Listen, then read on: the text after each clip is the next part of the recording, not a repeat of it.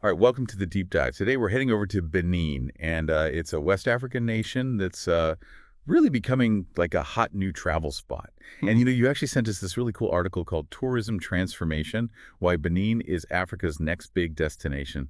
And I gotta say, I was instantly hooked. Yeah, it's a fascinating article. Yeah, that's especially like the whole city on stilts thing. Oh, yeah. That just sounds incredible. But I'm guessing there's way more to Benin than just that, right? Oh, absolutely. Benin really offers this incredible mix of history, culture, and just stunning natural beauty. I mean, from the remnants of the, powerful kingdom of Dahomey to the vibrant communities that are thriving there today. It's a country with so many layers to uncover. Okay, well, I am ready to peel back those layers. So where do we even begin? Well, to really get Benin, we have to start by going back in time, traveling through its past, and there's no better place to do that than in Ouidah. Ouidah. It's a coastal town with a history so deep, it's actually a UNESCO World Heritage Site. Wow. Okay, so what makes Ouidah so significant? Well, Ouidah played a really central role in the transatlantic slave trade. Between the 17th and 19th centuries, think about this. Over 1 million enslaved Africans were transported from this one place to the Americas. It's just a staggering number to even think about. Yeah. I mean, how does a place like Ouidah even begin to confront such a heavy, difficult past? Well, in a way, you can walk in the footsteps of those who were enslaved, literally. The Route des Esclaves is a 4-kilometer path, the slave route, that traces those final steps of the people who were captured and then sold into slavery. Oh, wow. Along this route, you'll come across places like Place Chacha, which was the auction square where human beings were, sold to the highest bidders. It must be such a, I don't know, just a heavy emotional experience to stand in a place like that. Oh, it is. You also pass by this thing, the Tree of Forgetfulness, where enslaved men and women were forced to circle it. It was this ritual that was meant to, try to erase their memories of their homeland. It's just this chilling reminder of, the deliberate attempts to strip them of their identity.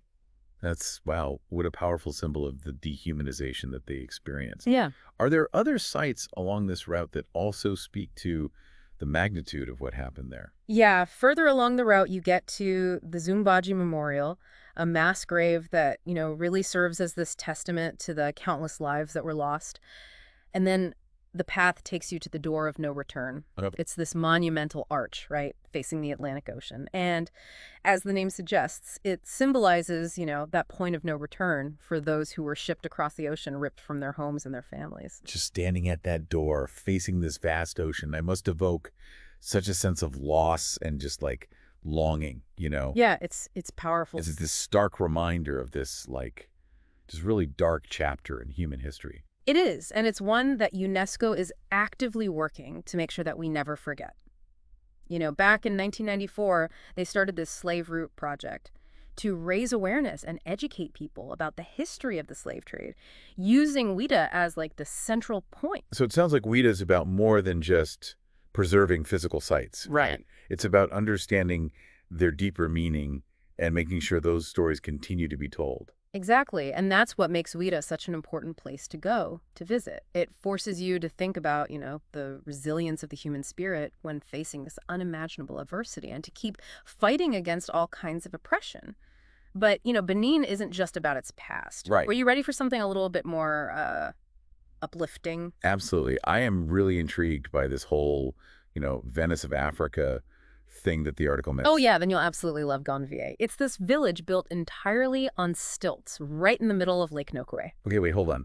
A village on stilts? How is that even possible? Well, the story goes back to the 16th century. The Tofino people were seeking refuge from the Dahomey tribe. They were known for slave trading. So they built their homes right on the lake because the Dahomey, because of their religious beliefs, they couldn't actually enter the water. Right. It created this safe haven for the Tofino. Wow.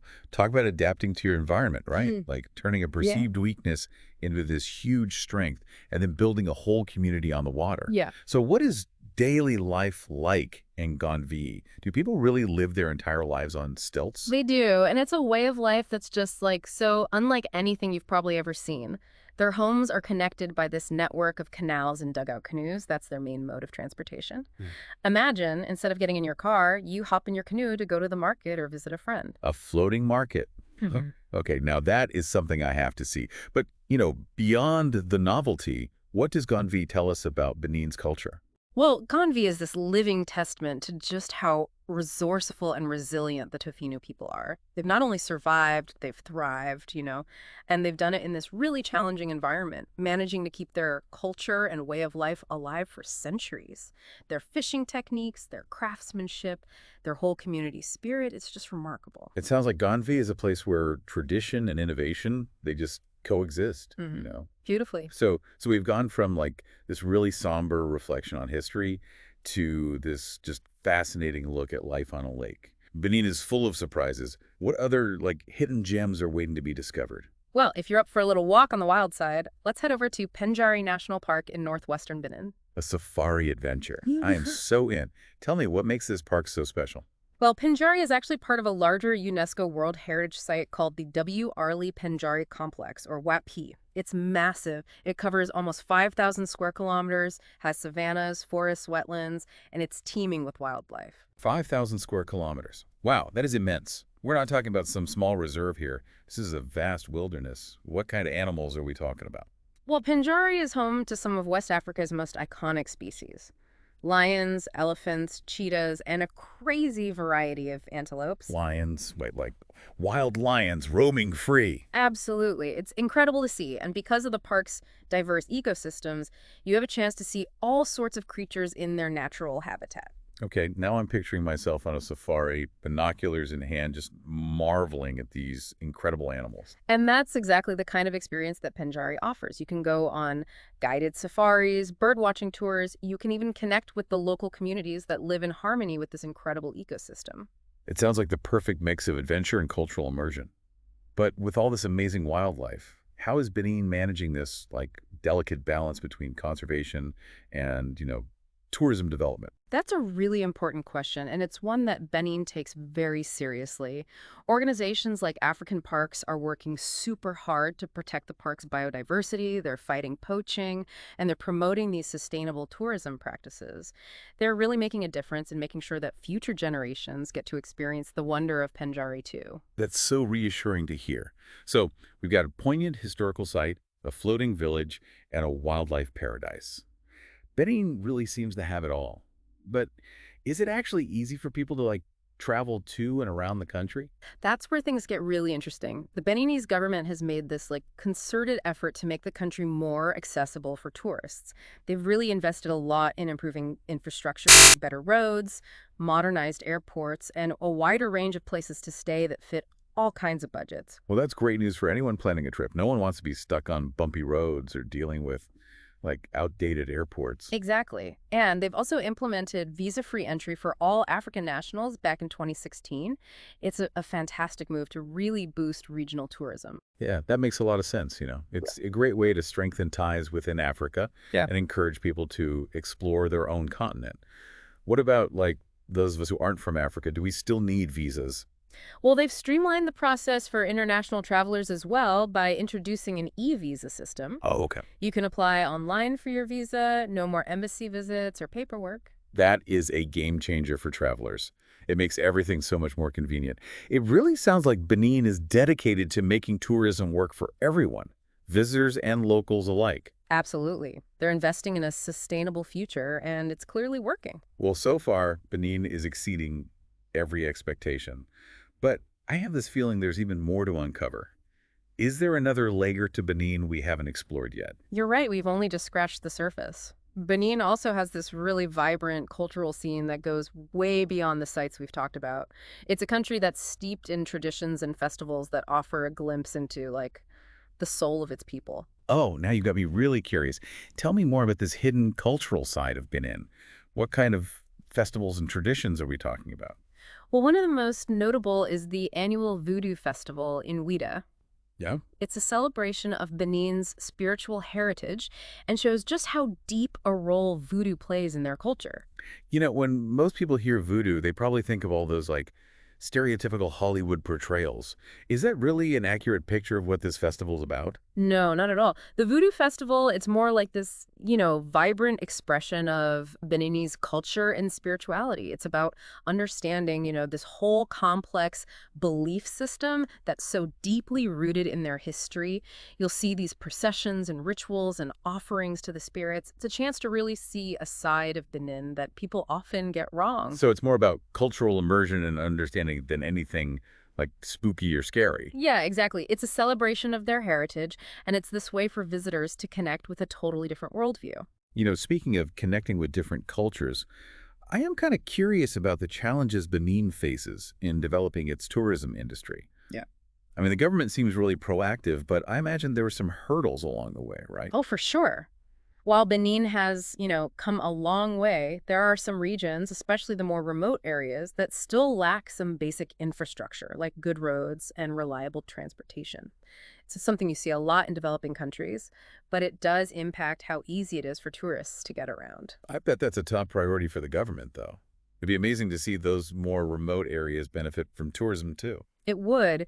And another thing they're really working on is capacity building. As tourism grows, they need to make sure they have enough skilled workers to support it.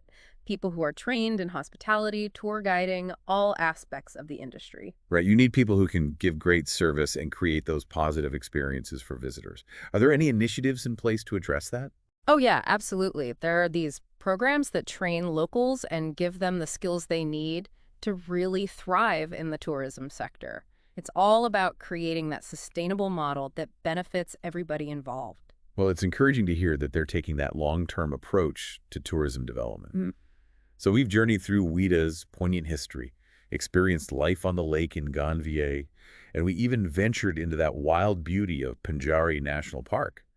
We even talked about Benin's rich culture and the government's commitment to sustainable tourism. Benin really seems to have something for every type of traveler out there. And don't forget those lions. It's just incredible to think that they're out there thriving in their natural habitat. I know. It's such a powerful image. Before this deep dive, I honestly knew very little about Benin, but now I can't wait to see it for myself. That's the amazing thing about exploring, right? It opens your eyes to these new possibilities and challenges how you see the world. For those listening who are now, just as intrigued, what's the one thing you'd want them to remember about Benin? Well, I think Benin is this country of contrasts. It's where history meets modernity, tradition meets innovation, and natural beauty just blends perfectly with this rich culture. It's the kind of place that surprises you, challenges you, and in the end, leaves a mark on you. You've said it perfectly. Benin has something for everyone, whether you're a history buff, a nature enthusiast, or just someone looking for adventure off the beaten path. And with their commitment to sustainable tourism, they're setting a great example for other places to follow. I couldn't agree more. Benin is a true gem, just waiting to be discovered. Speaking of discovering gems, I want to leave our listeners with a question today. With all that Benin has to offer, from its rich history and vibrant culture to its stunning landscapes and dedication to sustainable tourism, could this be your next travel destination? That's a great question to think about. If you're even a little bit curious, I encourage you to dig a little deeper, do some research, and maybe even start planning your own Benin adventure. Benin is a real testament to the power of resilience, adaptation, and embracing change. From the people who built a life on the water to the communities protecting their wildlife, Benin is a story of hope and perseverance. It reminds us that even when faced with adversity, beauty and strength can still emerge, creating a truly captivating destination. Well said. And with that, we've reached the end of our deep dive into Benin. A huge thank you to our listener for sending us that insightful article. It really sparked this journey of discovery, and I hope it's inspired our listeners to explore further too. Yeah, it was a great read, and it really showed why Benin is becoming Africa's next big travel destination. Until next time, fellow explorers, keep those passports ready and those wanderlust spirits alive. We'll see you on our next deep dive adventure. It's amazing how much we learn about Benin today, but I still feel like we've only scratched the surface. Yeah, that's how these deep dives go. Right. They get you curious and then you want to keep exploring.